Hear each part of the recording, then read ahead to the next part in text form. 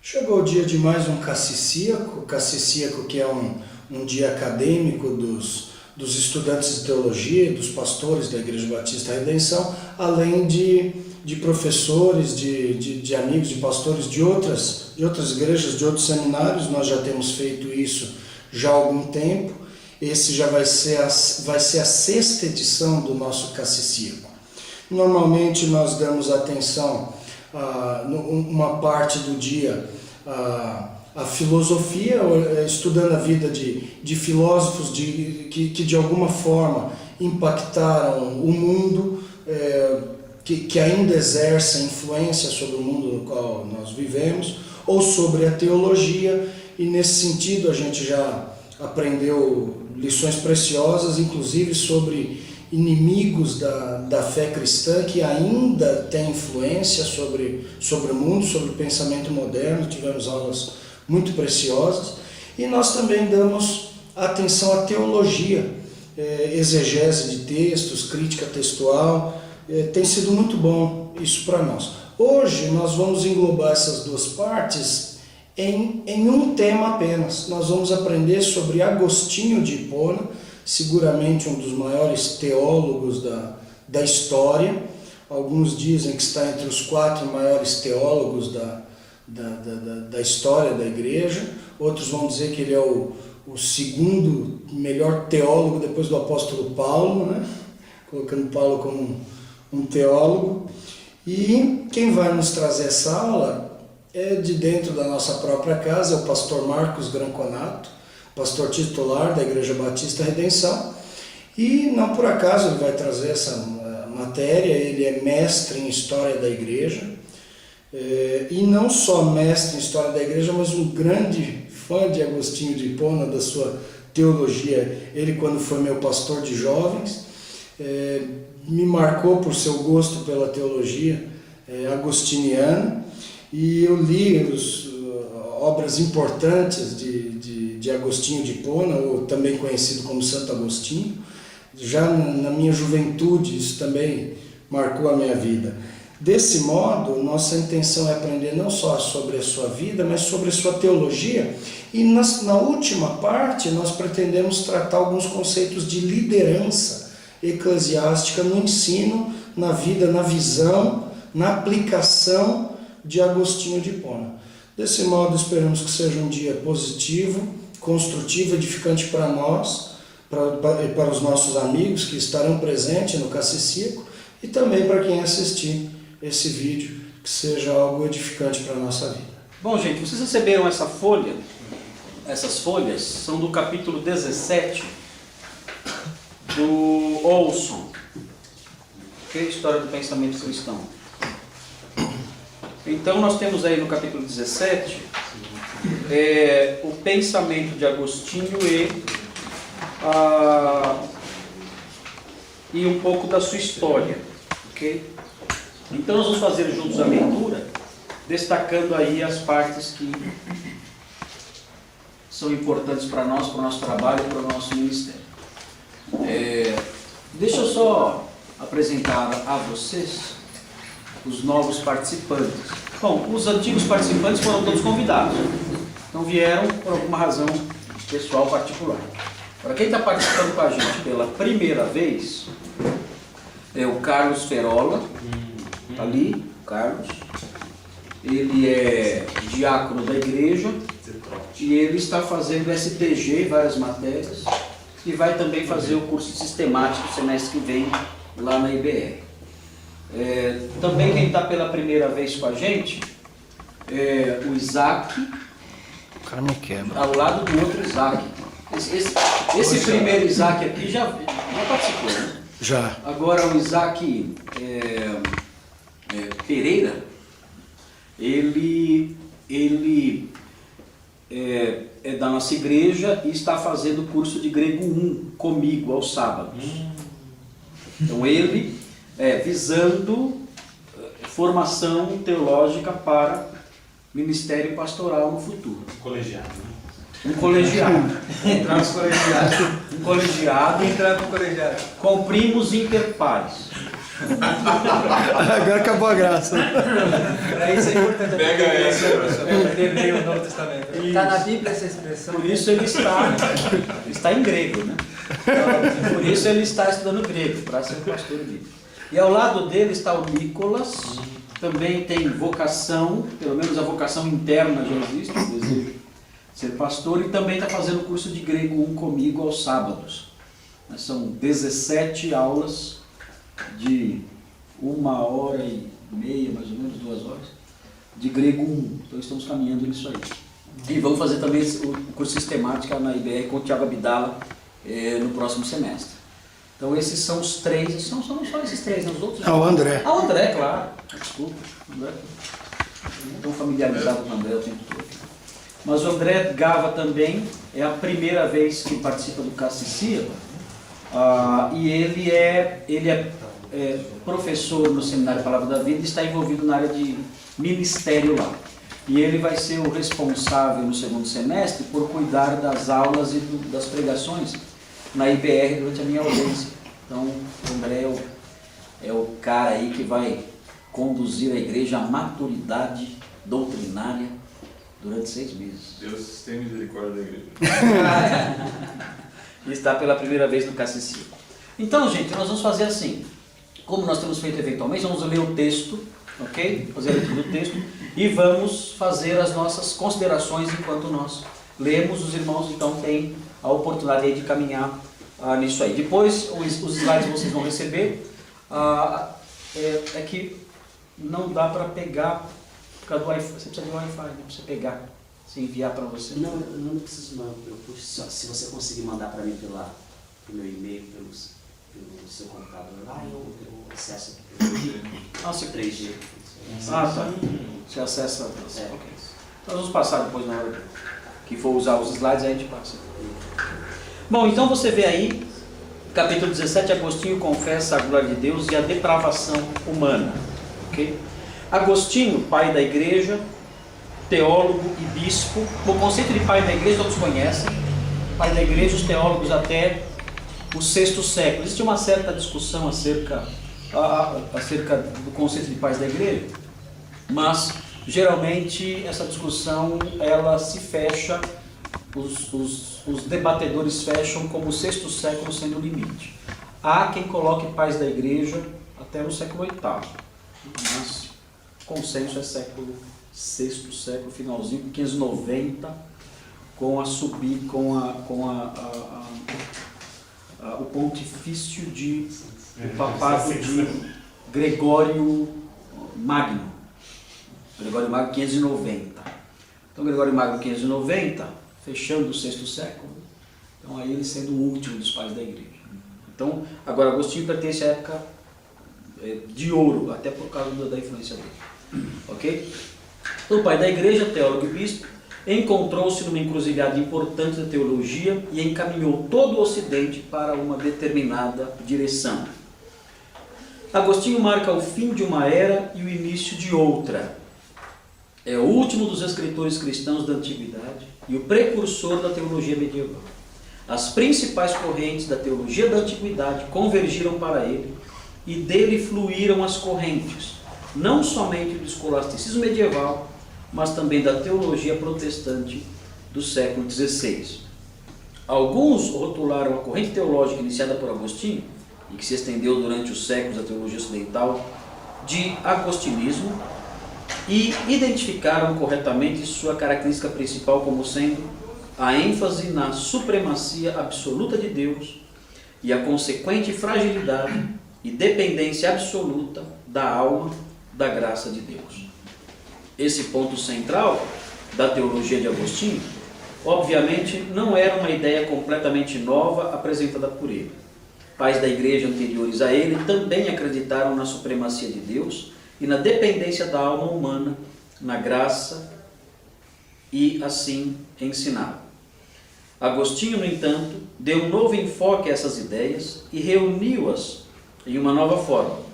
Conforme veremos, o agostinismo introduziu na corrente do pensamento cristão o que é chamado monergismo, a ideia e a crença de que a agência humana é inteiramente passiva e a de Deus é totalmente determinante, tanto na história universal quanto na salvação individual. Muitas pessoas já conhecem parte disso como predestinação e automaticamente associam-na ao reformador protestante do século XVI, João Calvino. No entanto, a perspectiva mais ampla consiste nas ideias monergísticas de Agostinho a respeito da providência e da salvação, nas quais Deus é o único agente e energia ativa, ao passo que os seres humanos, tanto coletiva como individualmente, são ferramentas e instrumentos da graça ou ira de Deus. A teologia cristã antes de Agostinho admitia o conceito do relacionamento entre Deus e o mundo chamado de sinergismo. A ideia e crença de que a agência de Deus e a agência humana cooperam mutuamente de algum modo para produzir a história e a salvação. Os cristãos ortodoxos sempre creram, é claro, que o poder e a graça de Deus são supremos, mas quase todos os teólogos pré-agostinianos admitiam que Deus concede aos seres humanos certo grau de liberdade para tomar determinadas decisões cruciais. Embora Agostinho nunca rejeitou totalmente a liberdade humana, o teor global do seu pensamento milita contra qualquer liberdade genuína dos seres humanos de frustrar a vontade perfeita de Deus. Deus sempre consegue impor sua vontade, mesmo quando os seres humanos pecam e realizam ações iníquas. O Deus de Agostinho é a realidade que tudo determina, cujo poder é a característica principal. Embora Agostinho faça um esforço enorme para preservar tanto a liberdade humana quanto a bondade de Deus, está claro que o seu Deus é, acima de tudo, o governante imperial do universo e a única coisa que não pode ser sacrificada a nenhum preço é o seu poder absoluto. Essa é a base do pensamento de Agostinho e compõe as doutrinas mais associadas ao seu nome. Ok. Então, aqui nessa introdução, já de cara, o autor, o Olson ele não é calvinista. O Olson ele é arminiano. Tanto que uma das críticas que são dirigidas ao modelo do livro dele é que ele dedica um espaço muito pequeno a Calvino, ao pensamento de Calvino, considerando o tamanho do impacto do calvinismo e do próprio personagem João Calvino sobre a teologia. Era de se esperar que houvesse uma análise melhor detalhada de Calvino no seu livro, mas ele apresenta muito superficialmente, não dá o espaço que Calvino e o calvinismo mereceriam no livro que ele escreveu sobre a história do pensamento cristão. Ele não expôs essas ideias aqui, as ideias que a gente vê em Agostinho. A crise internacional dos cães. Passando alguém? Tá passando isso um Doberman, ele me carregando com. Depois eu volto. Ok. Tá cheio de pastores. Não era um pastor alemão. Assim, essa parte inicial fala que Agostinho ele pertenceu a uma transição, um período de transição entre duas eras. E isso de fato aconteceu porque Agostinho, ele vivendo no norte da África, na região do Baixo Império, ele morreu exatamente quando os vândalos estavam cercando a sua cidade episcopal, em Hipona. Os vândalos vieram pelo Marrocos, vieram da Espanha pelo estreito de Gibraltar, entraram pelo Marrocos e chegaram até Hipona. Mas eles deixaram atrás deles uma verdadeira rota de destruição. Eles assolaram totalmente o norte da África. Isso era terrível, porque isso desestabilizaria todo o Império Romano. Porque o norte da África era uma região que era o celeiro do Império. Em Hipona, no lado mais ocidental, não, no lado mais oriental da cidade de Hipona, existiam campos imensos de plantações de trigo até hoje. Até hoje são campos de plantação de trigo que são banhados e são férteis por causa de um rio chamado Rio Seibuse.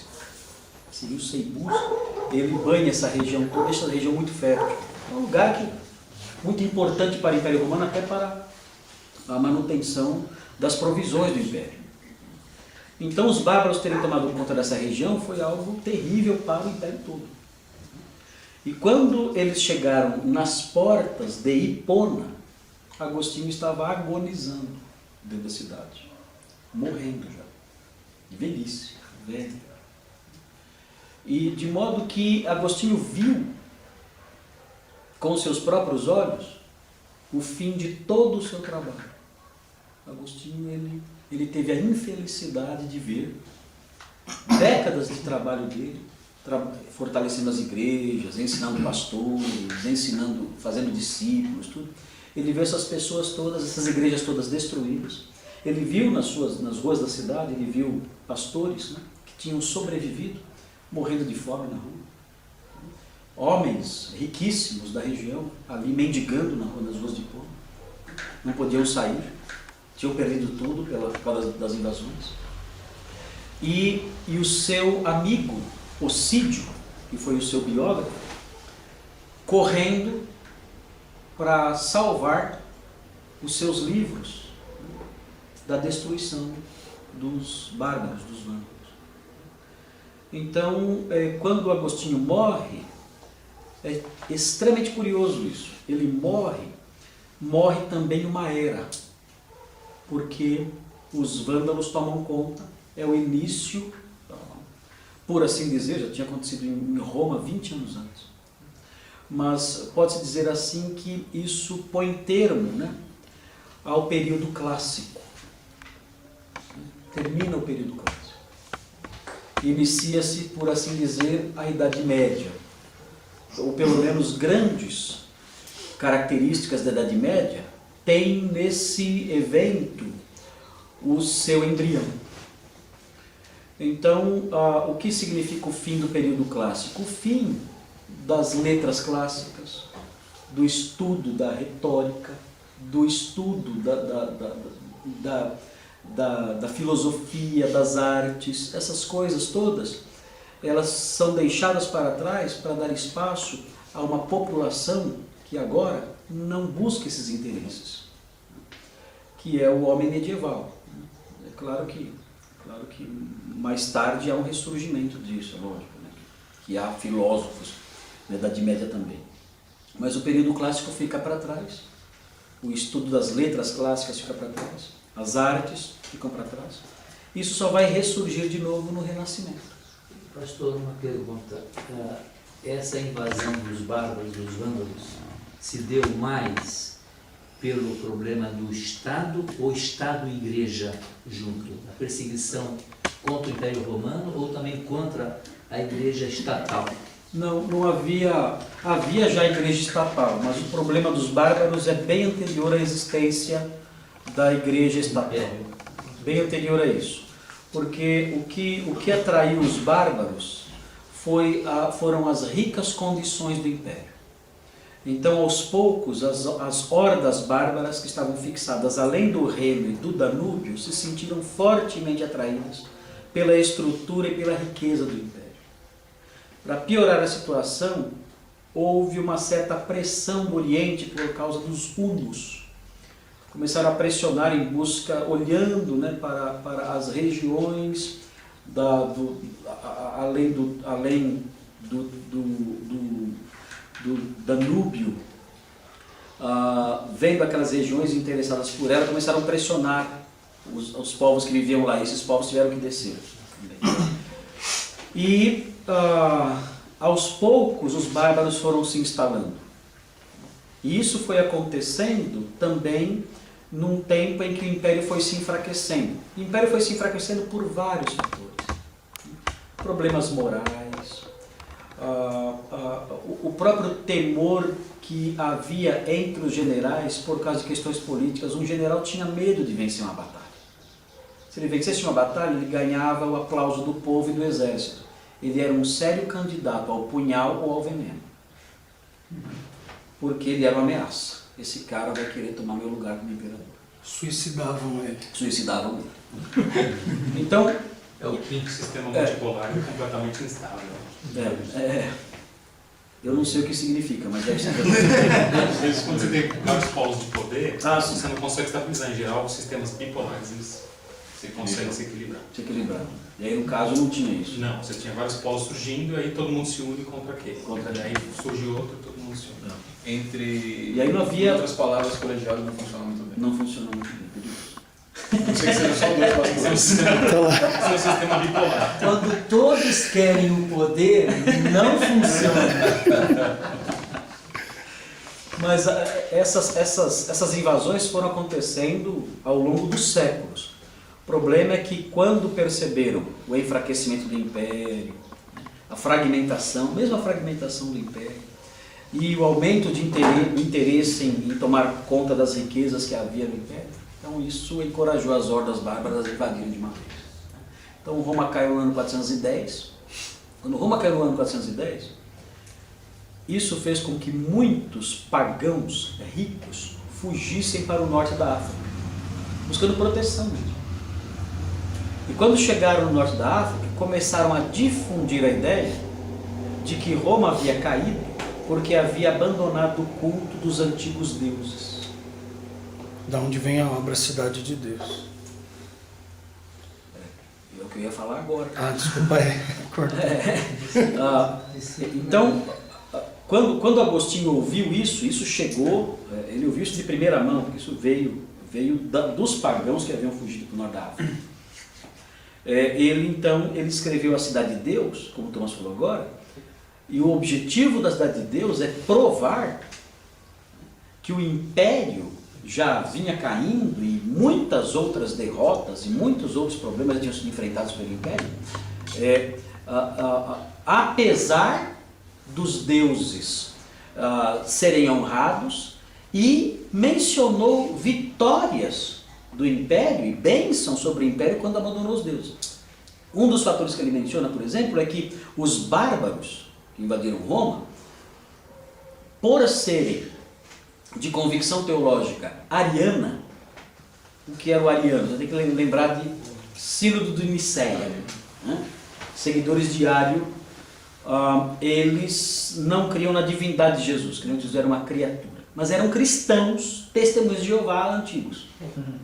Então aconteceu, quando eles invadiram Roma, muitos pagãos se esconderam nas igrejas, e esses pagãos não foram mortos, porque os bárbaros, de convicção ariana, um fundo cristão, fortemente cristão, respeitaram as igrejas. Então foram salvos pelo cristianismo. Então Agostinho zomba disso, né? Ele brinca com isso. Fala, vocês falam, né, que o Cristo prejudicou, mas na verdade vocês se salvaram graças ao cristianismo. Então a Cidade de Deus, são 22 fascículos, né, que ele escreveu de madrugada. Ele fala que ele escreveu de madrugada esses livros. Apresentam uma filosofia cristã de história, que ele narra a história humana a partir de duas cidades: a cidade de Deus, que são os salvos, e a cidade dos homens. A primeira cidade, a cidade de Deus, foi fundada por Abel. Abel foi o primeiro a chegar ao céu, foi o primeiro cidadão celeste. E a cidade dos homens foi fundada por Caim. Caim foi o primeiro a fundar uma cidade neste mundo. E a partir de então, as duas cidades estão em oposição: a cidade de Abel e a cidade de Caim. E a história caminha em que direção? Na direção da vitória da cidade de Abel. Então o cara é bom pra caramba. Agostinho é um show. Bom, sobre a questão do monergismo, nós vamos ver mais pra frente um pouquinho, quando vai falar sobre pelagianismo. Porque nós temos que entender um pouquinho o que é o pelagianismo, entender um pouquinho o que é semi-pelagianismo, entender a diferença disso com arminianismo, que muita gente confunde. pelagianismo, semipelagianismo e arminianismo. E essas coisas, esses conceitos são diferentes. Então aqui nós vamos entender isso aí um pouquinho melhor. Okay? Bom, vamos conhecer um pouquinho aí a vida e o ministério de Agostinho. Vamos ler esse trechinho agora aqui sobre a vida dele. Tá? E aí a gente vai fazendo aí alguns comentários adicionais na medida que for necessário aí. Ok. A vida de Agostinho é a mais conhecida de todos os pais da igreja. Aqui está primitiva, está errado, igreja antiga. Na realidade sabemos que a respeito dele, sabemos mais a respeito dele do que de quase qualquer outra pessoa da antiguidade. Isso porque ele escreveu uma das primeiras autobiografias razoavelmente fidedignas e pormenorizadas, chamada Confissões. Embora esteja escrita em forma de oração para relatar sua jornada espiritual e dar graças a Deus, as Confissões de Agostinho revelam muita coisa a respeito de sua infância, família, juventude, de suas lutas naqueles tempos, de sua saúde física e mental, de sua conversão, de seu desenvolvimento teológico e da sua vida como clérigo de destaque na África do Norte. Esse é um erro que sempre aparece em traduções, África do Norte. Isso não existe. É o norte da África. Não tem um país que chama África. Aí que é porque pensam que tem África do Sul, não tem a África do Norte. É o norte da África, não é a África do Norte. Agostinho omitiu pouca coisa ou quase nada de seus leitores. Fez uma exposição com detalhes íntimos dos seus pecados da infância à vida adulta e enfatizou em cada momento sua própria depravação total, bem como o poder da graça de Deus para curar e transformar. As Confissões revelam que Agostinho era um pessimista a respeito da humanidade, inclusive de sua própria, e um otimista a respeito da graça. Bom, sobre as Confissões existe uma novidade nelas, quando elas surgem. Por quê? Escrever autobiografias não era algo novo. Agostinho não foi o primeiro a escrever uma autobiografia. É normal filósofos escreverem autobiografias. Mas geralmente essas autobiografias, elas tinham uma divisão dentro delas. A pessoa contava a sua vida até mostrando o período que não valeu nada. E depois mostrava o dia da sua iluminação. E aí sim, agora sim a minha história verdadeira vai começar. Agora sim eu vou mostrar como eu me tornei esse ser humano maravilhoso que eu sou. Enfim. As Confissões de Agostinho são diferentes nesse aspecto. Porque Agostinho mostra que a vida dele, na verdade, foi uma vida em que Deus sempre o buscou, desde bebê. Então ele não narra a conversão dele só debaixo ali da árvore em Milão, quando ele ouve o Tolilédio e lê Romanos e se converte. Não, a conversão dele começa quando ele nasce, porque ali começa uma busca, Deus buscando ele. Então ele vai narrando como Deus foi se aproximando dele, até que houve esse encontro.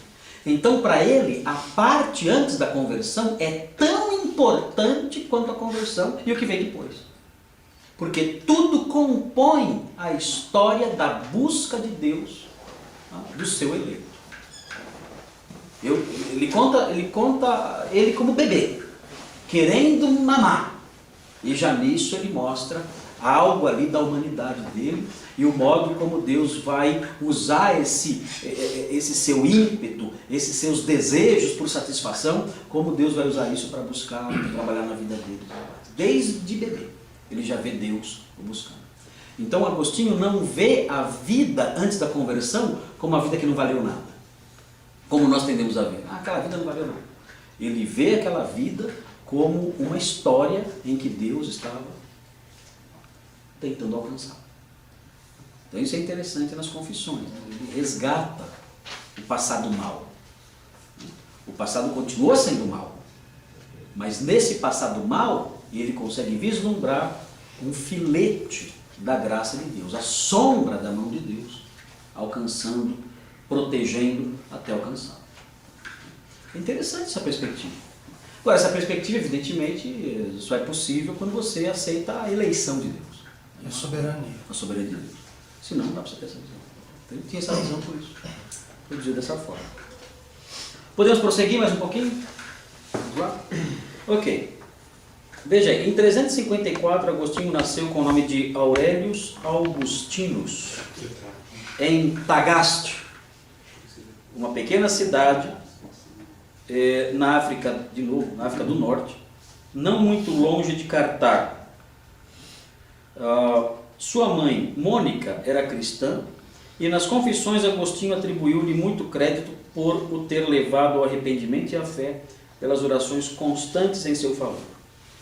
O pai de Agostinho era um funcionário público romano de classe média, que desfrutava de certo respeito na comunidade, mas também era pagão e pouco se interessava pelo cristianismo de Mônica.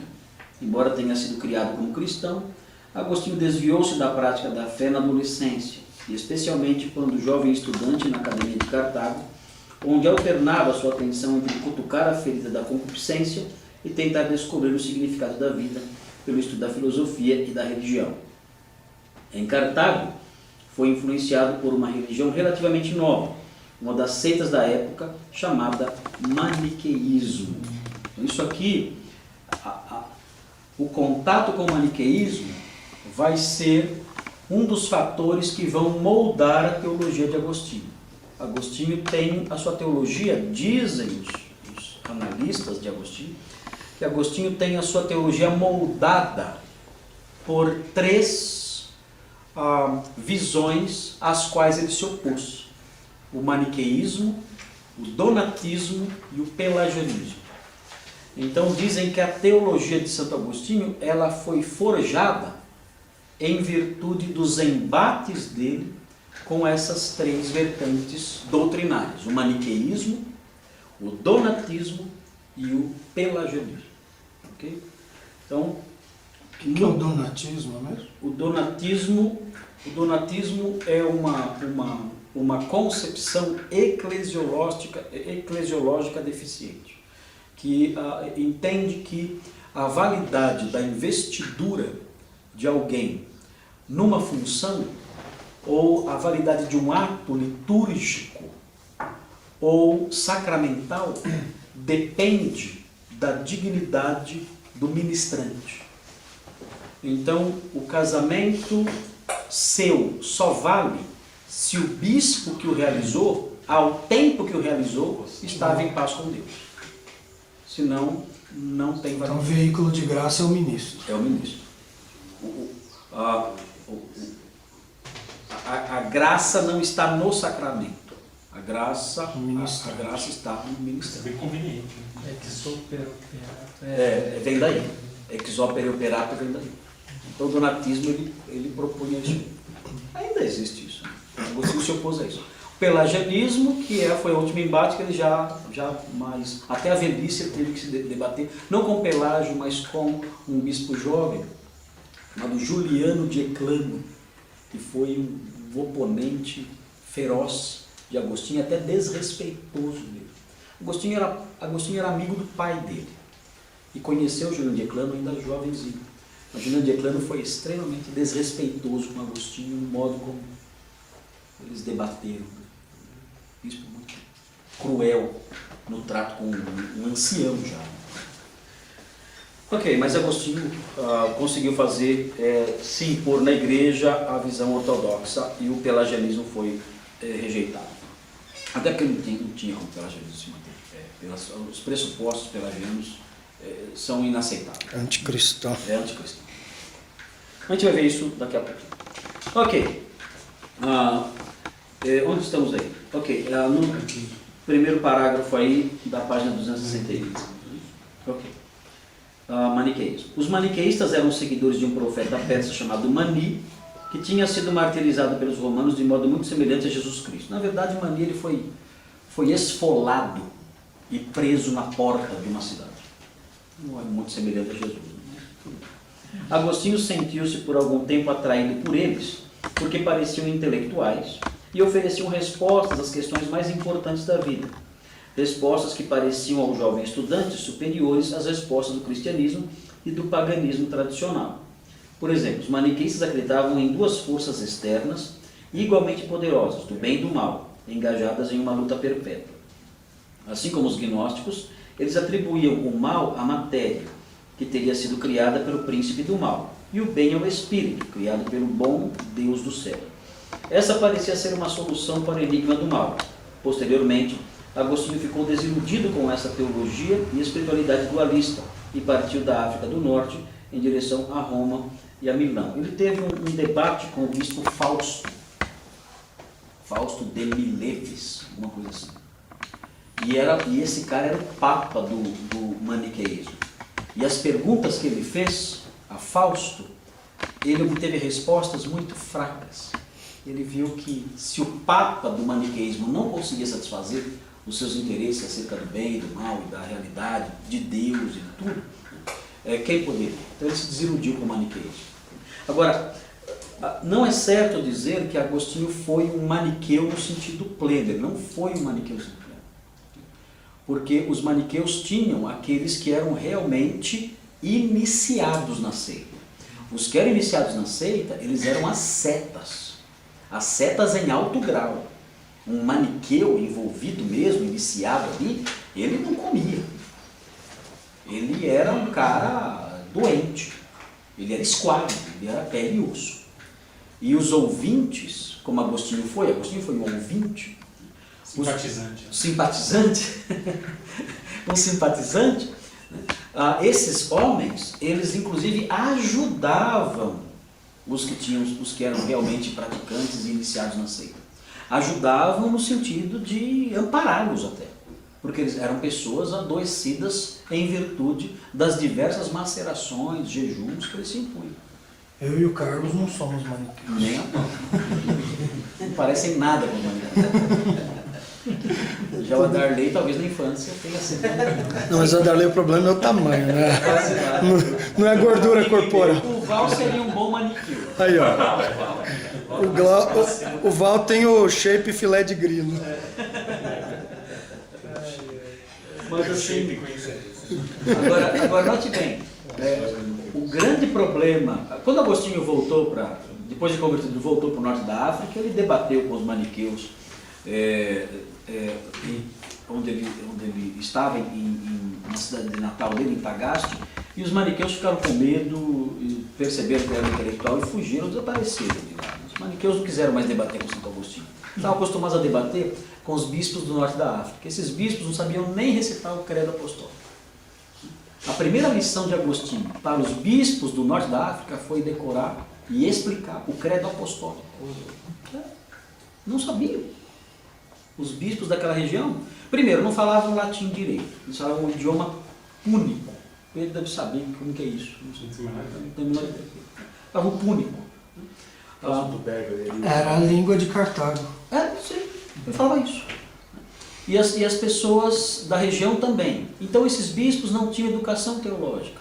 Então para um maniqueu bater num bispo desse, né, num bispo que vinha das regiões ali mais baixas do império, né, pessoas simples, pessoas iletradas, debater com o maniqueu fazia festa. Quando Agostinho chegou com o seu grupo no norte da África, ele e seus amigos, todos se tornaram bispos. Chegaram no norte da África e começaram a debater num nível intelectual mais elevado, não deu para ninguém. Tiveram que fugir de lá. E não se dispuseram a debater de novo porque Agostinho expunha ao ridículo das pessoas. Agora, Agostinho sempre teve que lidar com a questão do problema do mal. Então, como ele encontrou respostas para o problema do mal? Ele encontrou resposta no problema do mal na filosofia de Plotino, que não era cristão. Filosofia que surgiu no 3º século da era cristã. Plotino que não era cristão. Então Plotino fez apresentou, fez uma proposta acerca do mal, da origem do mal, da natureza do mal. E Agostinho comprou praticamente 100% dessa ideia.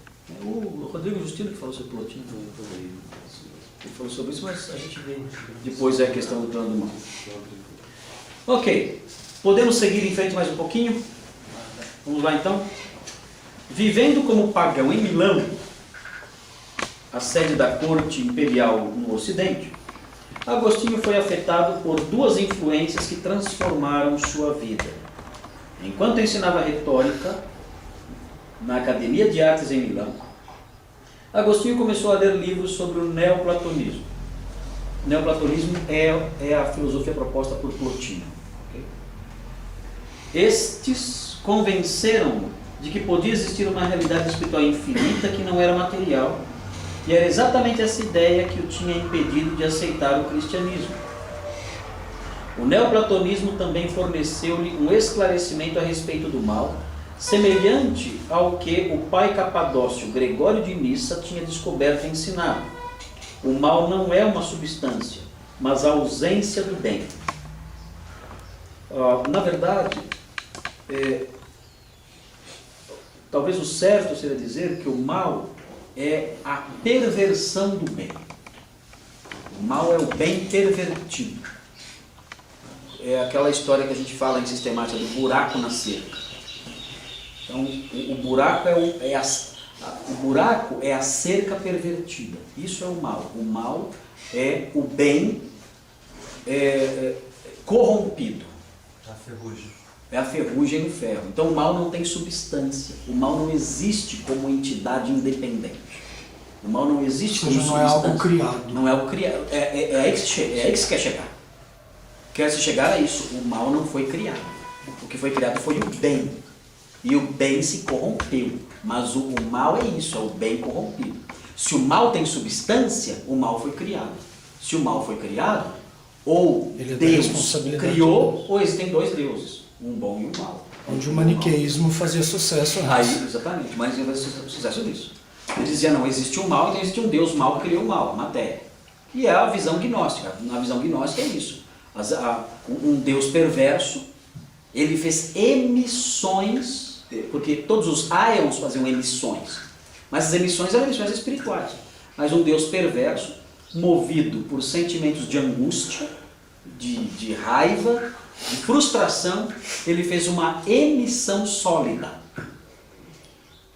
Dá para imaginar o que é isso. Isso não é lícito referir. E isso é o universo. O universo é isso. O universo é matéria. Uma emissão sólida. Exatamente. O universo é a emissão material de um áon perverso e decepcionado, e angustiado, e magoado. Tô filmando o sorrisinho do Pedro, matutando. Mas é isso mesmo. É isso mesmo. É justamente o contrário da perspectiva bíblica. O universo é bom. O universo é bom.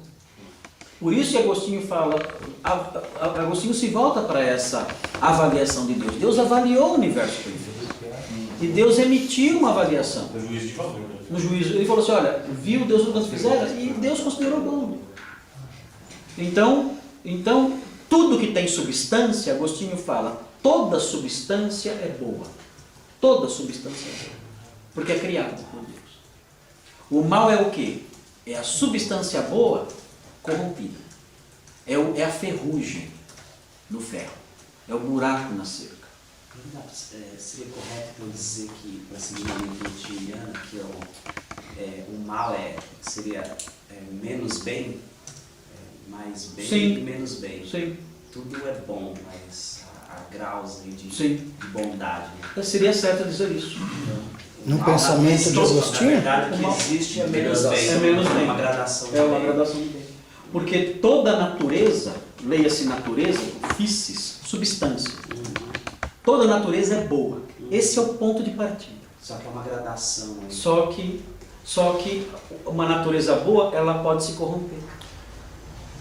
Mas está dizendo esse menos bem no campo material, né? Porque senão não se adequa à depravação total. A depravação não é menos bem, ele é um mal completo. Sim. Mas seria um outro tipo de mal. Né? Seria a degradação completa do mal, tudo bem. Seria isso? Seria o final, a degradação Acho que na final. criação aí é mais bem, menos bem. Né? Porque Mas o você- importante é A preocupação inicial é com o que é criado. Com a matéria. Para você lidar com a teontologia, você matar a ideia de que tem dois deuses. Tá. Então, aí, de início é isso. Mas é claro que esse pensamento ele vai ser transposto para questões da vontade, por exemplo. Então, por exemplo, Deus criou a vontade. Deus criou a liberdade. E a liberdade não tem substância, tudo bem, mas Deus criou. E é boa. E ela é boa. Mas a liberdade pode ser corrompida por uma escolha má. Que não torna. Agora, Deus não criou a escolha má. Deus criou a liberdade com a possibilidade de uma escolha má. Mas a possibilidade de uma escolha má não é má. Ela é liberdade. Ela é boa, porque ela é a liberdade. E a depravação total só é permitida porque o bem foi criado. Exatamente. O bem, que é a liberdade, foi criado. Mas esse bem, para ser bem real, para ser liberdade de verdade, tem que trazer em si a possibilidade da má escolha. Então a depravação total nasce do mau uso de um bem. E esse mal, sei lá, moral, ele vai resolver tanto no livre-arbítrio. Aí é isso. Aí ele vai resolver numa literatura posterior, que é o último embate dele. A princípio ele resolve o problema do mal Como substância. como gradação de bem. Isso. Aí depois ele vai trazer essa Sim. questão mais moral. Sim, porque ele vai ter que lidar com isso porque foi uma reação dele. Ele escreveu uma frase: concede-me o que ordenas, nas Confissões. E Pelágio leu isso. Como concede-me o que ordenas? Se você ordena, você não tem que conceder nada, tem que obedecer. A minha obediência depende de de Deus me conceder obediência? Não. A responsabilidade é minha. Se eu oro desse jeito, concede-me o que ordenas, eu jogo a responsabilidade em Deus. Se eu não obedeci é porque Deus não me concedeu isso. Aí Pelágio veio de pau em cima. Não, eu não preciso que Deus me conceda nada para obedecer. Eu posso obedecê-lo sem a ajuda dele. E aí começa então esse embate teológico entre os dois, e aí que essa visão de Agostinho voltada para a corrupção humana e tudo mais é que ela aflora com mais intimidade. Muito bem, então vamos mais um pouco aí conhecer o pensamento inicial dele aqui, né? Não exatamente o pensamento ainda, mas o modo como essas coisas vão surgindo na vida dele, no trajeto dele. Agostinho chegou a acreditar antes disso que o cristianismo e a religião bíblica em geral não tinham resposta para o problema do mal. Se Deus é onipotente e perfeitamente bom, por que existia tanta maldade no mundo que Deus criou a partir do nada? Então Deus não tinha de criar o mal? Nesse caso, Deus não é o autor do mal? E o neoplatonismo, a filosofia pagã, forneceu-lhe uma das pistas mais importantes para entender a fé religiosa de sua mãe. Assim, Agostinho, ele desconfiava do cristianismo. Uma das razões é que o Velho Testamento, o Novo Testamento, os textos que ele tinha nas mãos eram textos muito mal traduzidos e muito feios. Então, quando ele era um homem de letras, ele era um acadêmico desse campo de letras, ele estudava frases, ele construía frases, ele ensinava como fazer um discurso, ele ensinava como construir uma frase, como ser alguém que lida bem com a palavra. E quando ele se deparava com as traduções que ele tinha da Bíblia, nos seus dias, para o latim, ele falava: o que é isso? Isso é um absurdo. Ele via muita feiura na Bíblia. Isso aqui não pode falar que isso aqui é de Deus. É uma piada, isso aqui é bilhete de maloqueiro. Isso aqui é bilhete de ralé. Isso aqui não vale nada. Ele essa visão dele mudou porque ele ouviu os sermões de Ambrósio de Milão. Ambrósio de Milão mostrou a beleza da Bíblia para ele.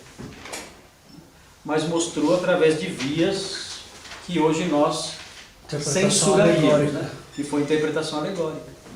Falou assim: olha, isso aqui, na verdade, é uma casca feia, mas tem uma beleza por trás dessa letra. Agora, se não fosse isso, Agostinho não tinha nem se interessado pelos sermões dele, começou a ir atrás da linguagem, não Exatamente. é isso? Ele só ia assistir os sermões de Ambrósio porque ele achava interessante esse tipo de Mas exposição. interesse profissional. Interesse profissional.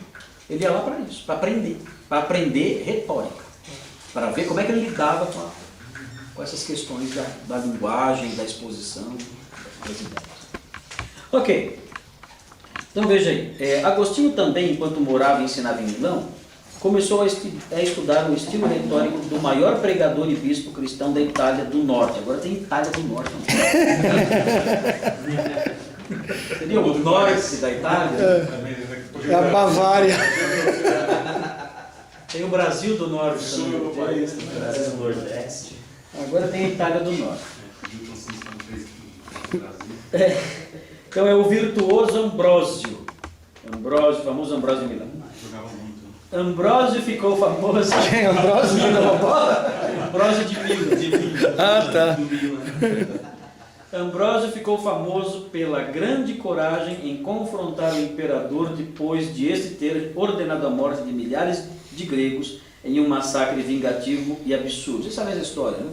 Houve um levante em Tessalônica, o imperador Teodósio chamou todos os insurgentes para conversar com eles dentro de um ginásio, e eles bobões foram, Isso é clássico, né? né? E isso é E ele garantiu o perdão. ratoeira, né? É uma ratoeira, é lógico, né? E ele garantiu que estava perdoando eles todos, e quando estavam todos lá dentro, 7.000 homens, Aí mandou o bote. os soldados saíram, cercaram e mataram todos, 7.000. E quando Teodósio voltou para Milão, ele quis tomar a ceia na igreja. Foi quando Ambrósio disse: aqui você não vai entrar. Caramba. Pro imperador, desculpa aí. Cara, bom. Cara, briga. É interessante notar a coragem de Ambrósio, Cara. porque ele encara o próprio imperador. Ele falava: aqui você não vai, você tem as mãos sujas de sangue, enquanto você não se arrepender e confessar o seu pecado, se arrepender dele, você não vai entrar aqui, você não vai participar do Eucaristia. Mas o dízimo dele não era grande? Ambrósio, sinceramente, Ambrósio não estava nem aí Não para era isso. o maior dízimo da igreja? Como que Ambrósio ia ficar Não, assim? na realidade, o imperador era praticamente dono da igreja. Se revoltou contra o patrão. Não deixou. E não entrou. Sem sindicato. Teve que fazer penitência lá, ali, se ajoelhar lá. Na igreja, na Catedral de Milão, Catedral de Mármore, o irmão Nilson morou lá, lembra? Catedral Branca, ela tem uma porta gigantesca de bronze. Nessa porta de bronze, essa história está contada em quadros. E o último quadrinho lá mostra o imperador de joelhos. Onde? Em Milão, na porta da igreja, da Catedral de Milão. Então mostra. Oi? Catedral De Milão. Eu É aquela branca gótica. Você foi? Duomo é o nome? Duomo. Ok. Então essa catedral, a porta de bronze dela, aquela porta gigantesca, ela está esverdeada, né? Escura. Aparecem essas cenas. E um dos quadros está lá o imperador ajoelhado, pedindo perdão para poder entrar na igreja e participar da Eucaristia. Os caras comiam capinha na hora.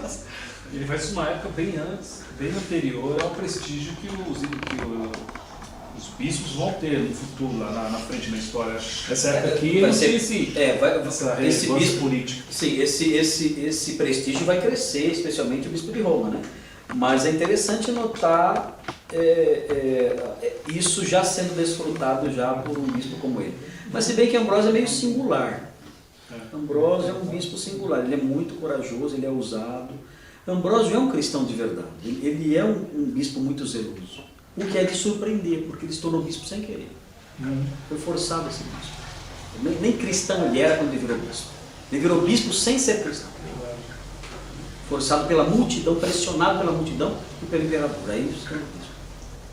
Mas é impressionante o papel dele, o impacto dele na história da igreja, nesse momento aqui, e na vida de Agostinho. Foi ele que batizou Agostinho. Quem que batizou Agostinho foi Ambrósio. A Darley foi na igreja de Ambrósio, lá em Milão. A igreja velha, né? Naquela época já, né? Por isso está careca. Você foi na igreja velha mesmo. Na igreja velha. A igreja velha tem os restos mortais de Ambrósio. Sim. Numa vitrine lá, num caixão de vidro lá. Não é Ambrósio, isso é Ambrósio e Gervásio, não? Eu acho que é Gervásio. Gervásio, né? Tem 2 bispos lá. Então. Mas ele era um bispo pequeno em tamanho, mas muito grande em coragem, em vigor, né? E zelo. Impressionante. E ele falou, Mônica fugiu para atrás. Agostinho fugiu de Mônica, que Mônica, ninguém aguentava Mônica. E Agostinho fugiu de Mônica e Mônica foi atrás dele em Milão. Não teve jeito. Aliás, os historiadores, eles chamam a atenção a ligação de Agostinho e da sua mãe. Agostinho não é filho único, nada, mas a ligação entre Agostinho e a mãe dele é impressionante. Eles são muito ligados.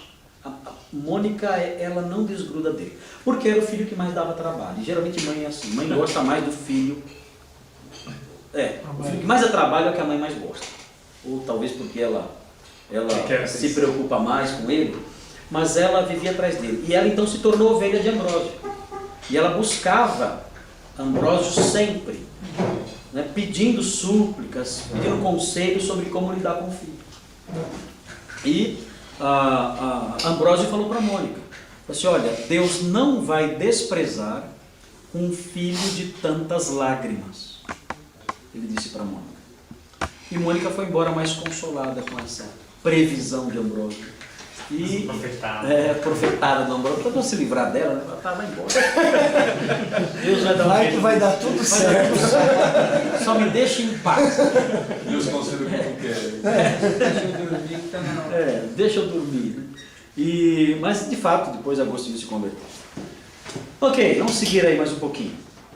Agostinho também, enquanto ensinava. Ok, Ambrósio ficou famoso, já vimos isso aqui. Também era famoso por suas impressionantes habilidades homiléticas. E Agostinho escondia-se na parte dos fundos da Catedral Cristã de Milão para ouvi-lo pregar. Com o tempo, a mensagem pregada por Ambrósio começou a penetrar na mente de Agostinho e a convencê-lo de que sua ideia do cristianismo estava errada. Considerou precipitadamente uma religião para pessoas fracas, estultas e sem refinamento. Ambrósio provava que era possível ser intelectual, eloquente, corajoso e cristão. Já no início de 386, Agostinho convenceu-se da veracidade da cosmovisão cristã, mas ainda não estava disposto a se converter à fé de sua mãe. Sabia que o cristianismo autêntico transcende o aspecto meramente intelectual e suas confissões revelam uma profunda relutância em dar o passo do arrependimento e da fé em Jesus Cristo. Uma das orações irônicas de Agostinho em tempos passados era: ó Deus, dá-me o dom da castidade. Mas ainda não. É a teologia do gladiador.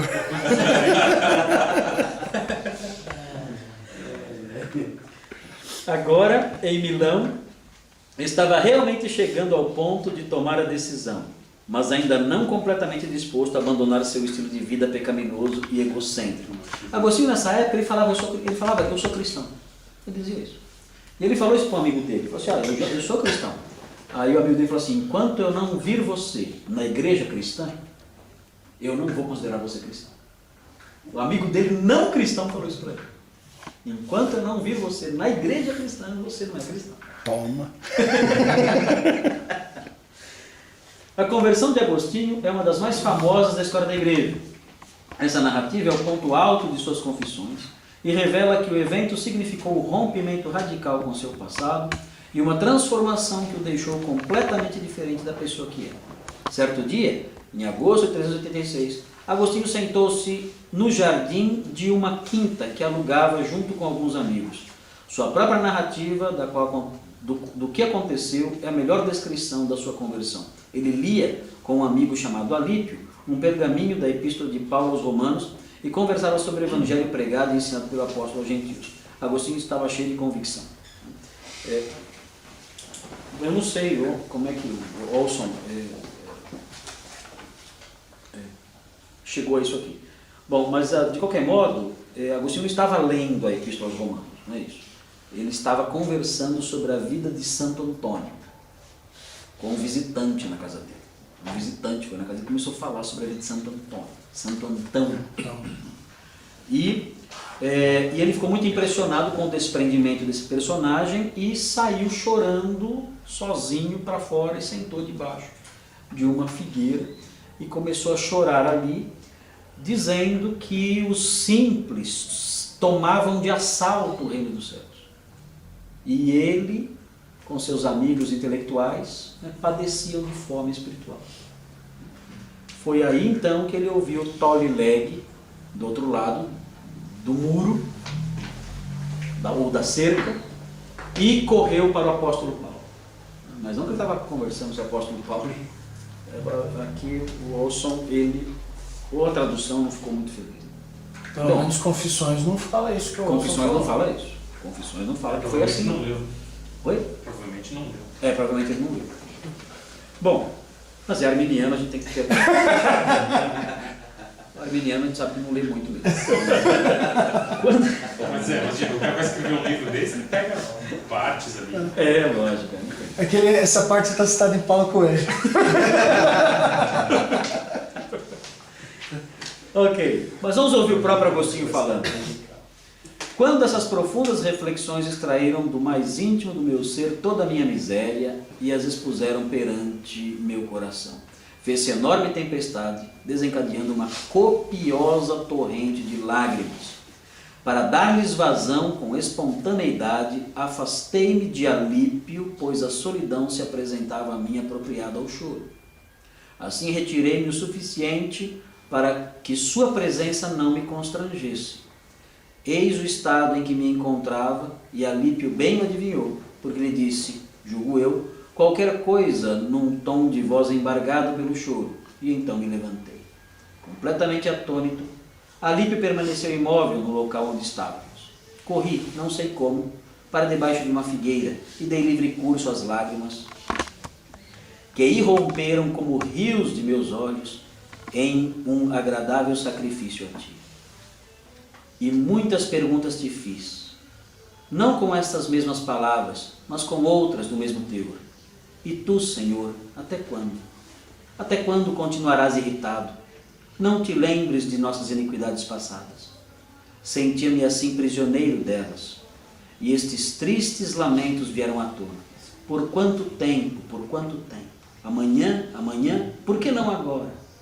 Por que minha torpeza não encontra fim? Assim falava e chorava, com o coração oprimido pela mais amarga dor. Eis que de repente ouvi uma voz, não sei bem se de menino ou menina, vinda de uma casa vizinha que cantava e repetia continuamente, toma e lê, toma e lê. Imediatamente meu semblante mudou e comecei a ensinar, a considerar seriamente se as crianças normalmente entoavam essa canção em alguma brincadeira, pois não me recordava de tê-la ouvido em parte alguma.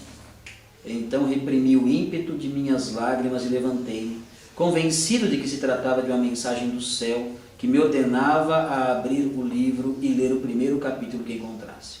Apressado, voltei onde Alípio estava sentado, pois lá tinha deixado o livro dos apóstolos, quando me levantei. Peguei-o, abri, e em silêncio li o primeiro capítulo em que deitei os olhos. Não em orgias e bebedeiras, não em imoralidade sexual e depravação, não em desavença e inveja, ao contrário, revistam-se do Senhor Jesus Cristo e não fiquem premeditando como satisfazer os desejos da carne. Não quis ler mais, nem era necessário, pois mal acabara de ler essas palavras e, como se uma luz de certeza tomasse meu coração, todas as trevas da dúvida se dissiparam. Eu acho esse texto o mais lindo da história da igreja. Não consigo imaginar um documento tão lindo como esse aqui. Fantástico. Porque é o dia do nocaute. Esse aqui é o nocaute. Ele vem contando a vida dele desde o nascimento, tudo que aconteceu, e Deus ali trabalhando, conduzindo, dirigindo. Aqui é o golpe final. Mas o que é interessante na graça de Deus, ao meu ver, quando a gente fala de graça irresistível, e que há uma má compreensão acerca disso, é que a graça irresistível, ela não nocauteia com socos. ela nocauteia com beijos, ela nocauteia com abraços, ela nocauteia com afagos. Então eu vejo nisso aqui a graça irresistível de Deus sendo ministrada ao longo de 30 e poucos anos. Então quando eu ouço a ideia de que a graça é resistível, sim, porque quando eu vi o Evangelho eu não quis. Mas isso é lógico, isso não é isso graça irresistível. Graça irresistível é aquela graça persistente que de modo doce, manso e suave, ao longo de anos, ela vai trabalhando na pessoa até o ponto de conduzi-la à fé. Eu vejo isso aqui de modo muito nítido. Então, eu acho que isso aqui não é o momento da graça. Isso aqui é o momento da vitória da graça. Porque a graça começou lá atrás, ceifa. quando ele nasceu, a graça já começou a trabalhar. Assim, vocês talvez eu fiquei impressionado, talvez vocês fiquem também, mas na nossa igreja o Jairinho, né? Alguns não conhecem. O Jairinho ele disse para mim o seguinte, falou assim para mim: pastor, eu não vejo a bondade de Deus sobre mim na minha conversão. Ele disse: quando eu olho o meu passado, antes de ser crente, eu já vejo Deus cuidando de mim lá. Porque muitos amigos meus nem vivos estão. As coisas em que eu me envolvi, que eu fiz, eu vejo Deus já cuidando de mim como um eleito dele, antes dele me alcançar. Eu já vejo ele cuidando de mim. E a gente vê isso em Agostinho também, isso é muito forte nas confissões, essa realidade da graça sendo ministrada antes mesmo da conversão. Interessante, é uma concepção diferente. Ok, reações? Todos conhecem essa história já? Não? Esse texto de fato é impressionante. É emocionante. Eu sou muito chorão, eu não consigo ler essas coisas aqui sem me segurar. Confesso que eu fico emocionalmente. Não vai dar papelão aí, né, meu? Ó, tô filmando. Não, mas é impressionante. Se eu leio isso aqui 10 vezes, eu fico as 10 vezes me segurando. Porque é muito forte isso aqui. Muito forte. Porque é aquela busca no coração, que ele mesmo fala antes, né? Só igual no começo, né? Da inquietação interior. Ele tinha uma vida imoral antes? Ele tinha uma vida imoral, mas não era como dizem. O pessoal já pensa que ele era um depravado, um safado, meio da mulherada. Ele teve sim uma concubina, ele ia ver as dançarinas em Roma, ele tinha uma aventura aqui e acolá, isso acontecia, mas não era como alguns dizem, né? Inclusive a concubina dele, na época, essa relação de concubinato era até socialmente aceita. Era até socialmente aceito que a pessoa tivesse uma concubina. Ele era solteiro e não era casado, vivia com a mulher. Viajava com a namorada. Exatamente, viajava com a namorada. Vivia com a namorada. A Mônica, ela conhecia essa moça, convivia com essa moça. Quando Mônica quis arrumar uma esposa mesmo para Agostinho, foi que ela mandou essa moça embora. Ela disse: não quero você aqui, vai embora. Agostinho já tinha um filho com essa moça. E essa moça foi mandada embora pela Mônica muito cruel nesse aspecto. O filho ficou com Agostinho. E a moça foi embora sozinha, chorando. Agostinho ficou semanas chorando com essa moça. Ele adorava essa moça. Agostinho era apaixonado por essa mulher. As últimas palavras dele, de Agostinho, foram 3 nomes: Mônica, Adeodato, Filho. E o nome dela, que ninguém sabe. Ninguém sabe porque os biógrafos não colocaram o nome, porque não ficava bem o bispo, na hora da morte, falar o nome da amante. Então, ou da ex-amante. Então não colocaram o nome dela. É a mulher sem nome. Mas ele narra nas confissões que quando ela foi embora, ele sofreu muito. Chorou semanas, porque ele amava essa moça profundamente. Por que Mas a mãe tinha esse poder de mandar embora? Pois é, essa é uma grande questão. Por que Mônica tinha tanta autoridade e ela conseguia ser tão dominante assim? E ela realmente era. Uma pessoa de um gênio bastante forte. Há mães assim, né? Há mães assim. E há filhos que até certo ponto cedem. Agostinho não cedia em tudo. Essa é a verdade. Ela não controla tudo na vida dele. Mas nesse aspecto, ela, por alguma razão, não sei, ela se impôs, até porque ela queria que ele se casasse com uma menina da mesma classe. Havia questões econômicas envolvidas e sociais. Ele deveria se casar com a moça da classe social dele e isso teria implicações para a carreira dele. A moça tinha 12 anos. Ele ficou noivo dessa menina de 12 anos. Não se casou, porque se converteu depois. Mas quase se casou com a menina de 12 anos. Sem nada, sem gostar. 12 anos, você vai sentir o que uma menina de 12 anos. E com certeza, creio eu, que tudo coopera para o bem. Acho que a mãe foi até uma benção para ele ser do jeito que ele No é. final foi. Sem dúvida. Vamos buscar a verdade, É uma coisa certa, ela orou muito pela conversão dele, E, olha, quando eles estão no Maniqueu, ela expulsou ele de casa. Botou para fora. Fora. Vaza. Vai procurar onde viver. Aqui não. Então ela tinha essa firmeza muito intensa e talvez tenha refreado um pouco também as coisas. Mas ele sofreu com isso aí. Ele queria, na verdade, ter um pouco mais de liberdade. Quando ele ia para Cartago, ele estudou em Cartago, mais longe da mãe, ele adolescente, aí ele ficou meio doidão.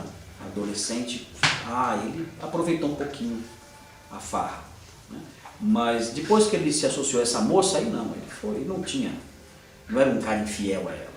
Ele formou um núcleozinho, uma famíliazinha lá, eles três. Né? Viviam juntos, como marido e mulher. Né? Mas...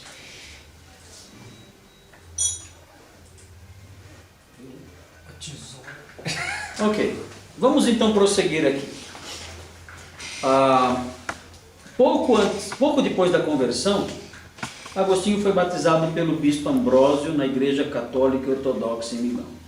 No início procurou levar a vida de monge ao converter a quinta em mosteiro para oração, o estudo e a reflexão. Acabou voltando ao seu lar, na África do Norte, esse país novo aí, e estabeleceu um mosteiro ali. Sua mãe, que tinha se juntado a ele em Milão, morreu na viagem de volta. Ela morreu em Ostia. Aliás, uma morte inesperada, ela não estava doente.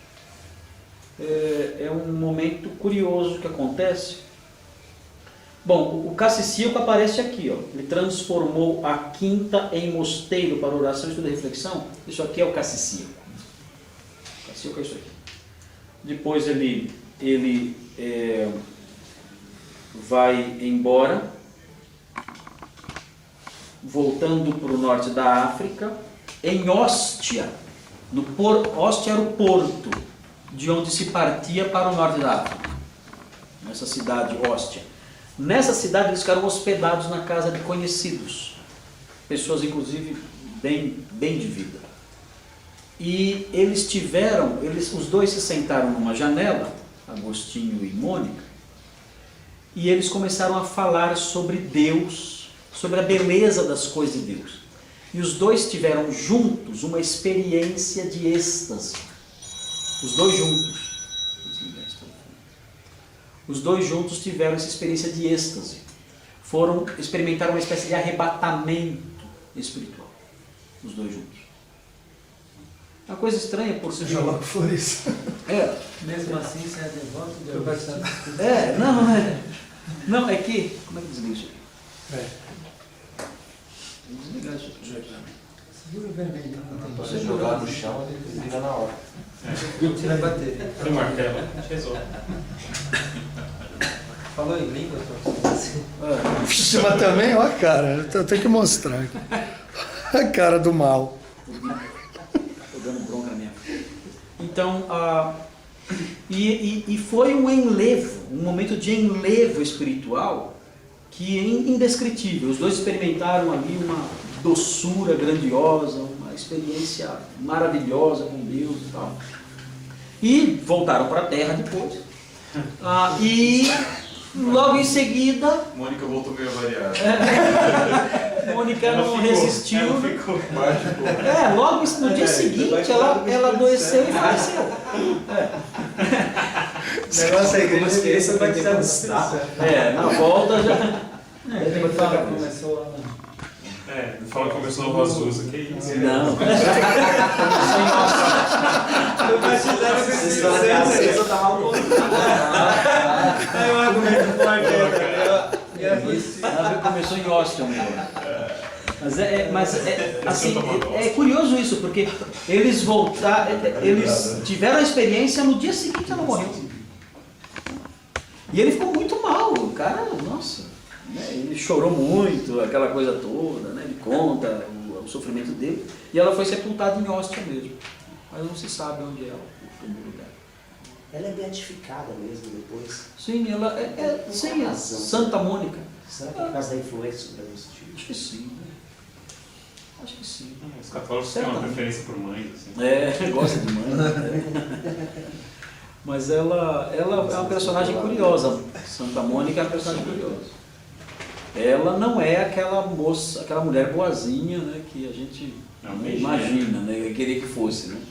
Mas ela foi uma mulher muito forte, firme, e Agostinho exalta muito ela, porque ele narra, inclusive, que as mulheres da vizinhança, de onde eles moravam, quando ele era garoto, as mulheres da vizinhança viviam reclamando dos maridos, e era comum o marido bater na mulher na época. Isso não havia nenhuma lei protegendo isso, né? Maria da Penha, hoje, não tinha isso aí. Então ele batia na mulher. Então as mulheres, elas se reuniam, às vezes ali na vizinhança para conversar, e as mulheres, amigas de Mônica, mostravam os hematomas, olha o que meu marido me fez, né? Mostravam as marcas, olha o que ele fez comigo aqui. E a Mônica, sendo também casada com um homem incrédulo, não há notícia dele ter batido nela. Mas ela aconselhava essas mulheres a serem pacientes, a perdoarem, a não se revoltarem contra os maridos, a serem submissas. Ela era uma espécie de conselheira das vizinhas. Então ela é uma mulher especial. O Agostinho via ela, sim. Poderia, né? Esse cara, né, tal. Mas não, ela... Bate de volta. Bateu no outro. Mas não, ela era uma influência positiva no grupo, ali na rua onde moravam. Renato, só mais uma pergunta. Tem uma, se não me engano, integral fala que ela tinha, quando morria alguém, tinha uma cerimônia que havia nos cemitérios, aí a Santa Mônica tinha festa. Como que funcionava assim, isso aí, no norte da África, isso acontecia muito. No norte da África existiam festas dos mártires. E todo cristão ia, não é que a Santa Mônica somente ia, todo cristão ia. Mas o que acontecia geralmente, essa era a parte que complicava. O que acontecia geralmente é que nessas festas dos mártires, onde eles iam nos túmulos,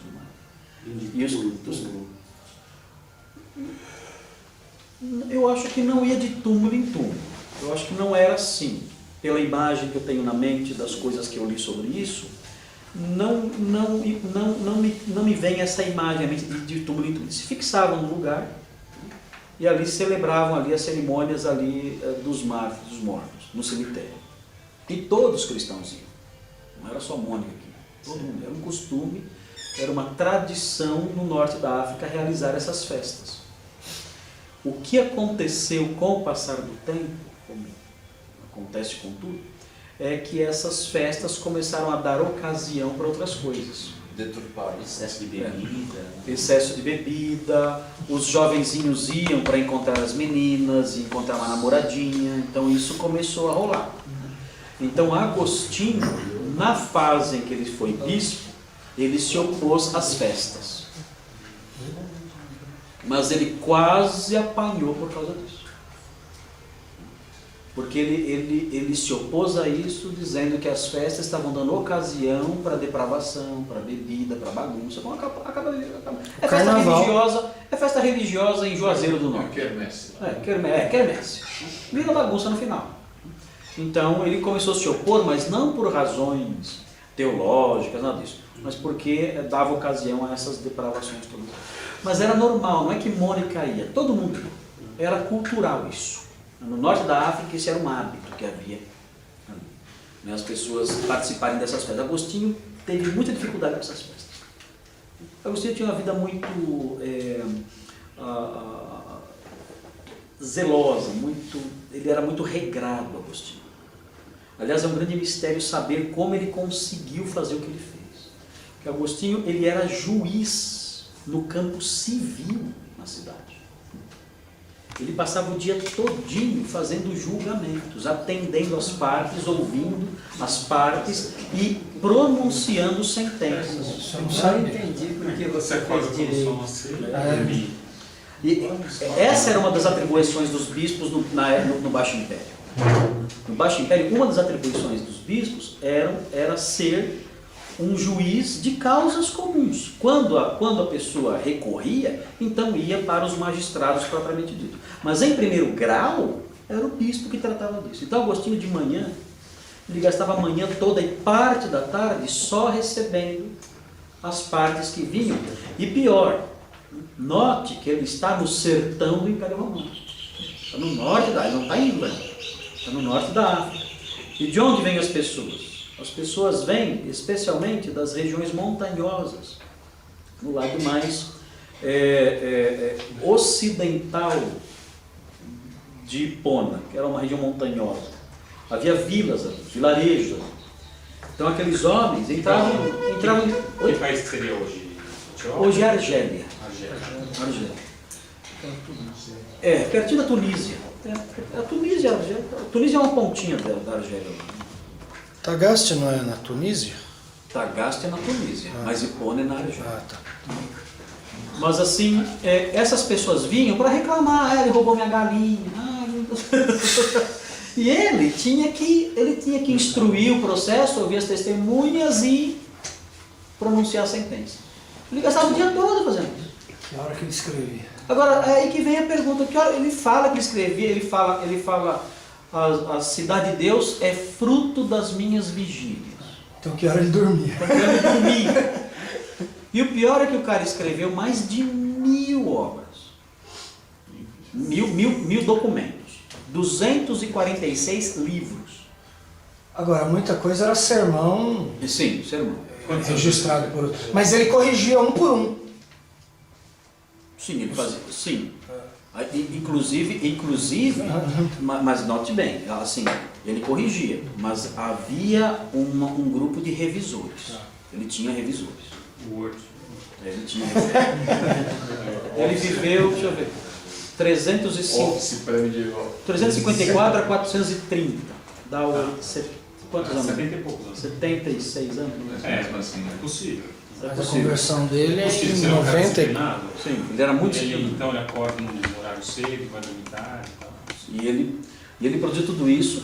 E era assim, jovem nos converteu. Sim, jovem. Ele se converteu com 30 e poucos anos. É só ver o tanto de obras que John Wesley escreveu. Ele escreveu sobre botânica, sobre medicina, volumes, e ainda pregava 3 vezes por dia e viajava a cavalo para ir pregar. Não. Você fala, mas que hora que ele fez isso? É que Mesma eles coisa. não tinham redes sociais. É, isso é. Não tinha que esconder Os ele. ladrões de Pernambuco eram... Ajuda muito, acordava cedo com o sol, ia dormir tarde. Já viu o que o John Piper falou? Ele disse que as redes sociais vieram para provar que a razão por que nós não oramos mais não é a falta Não é falta de tempo. Melhor. Quem falou isso? Boa percepção. Ele falou, as redes sociais provam. Não é a falta de A gente tempo. fica lá, Tempo a tem. gente gasta tempo. Mas então, então ele era muito disciplinado, ele era muito regrado nesse aspecto. E ele gastava parte do tempo nisso, e o resto, a manhã toda fazendo isso, parte da tarde, e o restante do dia, então, ele se dedicava aos trabalhos pastorais. Preparação de sermões, livros, tudo mais. Mas como ele foi feliz na produção disso tudo é impressionante. Agora, uma coisa é certa, Santo Agostinho é dono de uma inteligência singular. ele é um monstro em termos de inteligência. Inteligência e preparo, né? Acho que as duas coisas. As duas coisas, inteligência e Tem preparo. gente que é genial, mas não tem oportunidade. Sim. E ele, assim, quando você lê um sermão de Agostinho, e você vê a criatividade dele nas ilustrações, na construção das frases, na construção do argumento, o modo como o pensamento flui, a beleza, a criatividade, é simplesmente anormal. São coisas... Não dá para ter uma noção na pequena descrição da conversão dele, como ele usa as palavras, como ele constrói as frases. Ele envolve você. Agostinho envolve você. Ele não deixa você escapar. Quando ele pega você, ele não solta. Você não consegue parar. Ele usa adjetivos, usa palavras na medida exata, ele cria uma vontade de continuar. Então, você é tomado por ele. E essa habilidade dele é o que eu mais admiro. Eu sou um fã inconteste. Porque eu não consigo ver alguém que supere esse homem. Nesse aspecto também. Na construção, na transmissão do pensamento. Ele tem um sermão sobre a ceia do Senhor que, olha, é uma coisa fora do normal. Ele fala da mesa que nós preparamos para Jesus e da mesa que Jesus preparou para nós. Olha, é sobre-humano. Tem que ser canonizado, tem que entrar no cano. Pois é maravilhoso, o modo como ele fala, o que nós servimos para Jesus comer, quando ele veio em nossa casa, quando ele veio aqui neste mundo. Que mesa nós servimos para ele comer. E aí narra que mesa ele serve para nós e nós não comemos. Ele comeu a nossa mesa, nós não comemos da mesa dele. E ele vai falando, olha, é simplesmente fantástico. Então você olha e fala, meu, por que eu não pensei nisso antes? Quando ele terminou, o último sermão que ele fez, o sucessor dele, não é o Possídio, eu não me lembro o nome dele, o sucessor dele na cátedra, na cadeira, né, episcopal de Hipona, quando Agostinho parou de pregar e sentou, esse bispo se levantou e falou assim, o cisne se cala, o grilo estrila. E para ser sucessor dele, deve ter sido o melhor. Brincadeira, né? Falou isso. O cisne se cala, o grilo estrela. E é um julgamento verdadeiro. Intelectualmente, você acha que ele era superior a Paulo? Isso em termos de inteligência, sim? Eu acho. Não era inspirado por Deus. Mas eu acho que ele tinha mais criatividade para o apóstolo Paulo. Eu acho. E ó que Paulo é craque. Eu acho que ele tinha muita criatividade. Agostinho é muito criativo. É muito forte isso. Eu acho que ele supera os autores bíblicos em criatividade. Agora vocês ouviram. Não há mais nenhuma razão para não pegarmos pedra. O que falta depois dessa, ele manda a gente ficar de pé.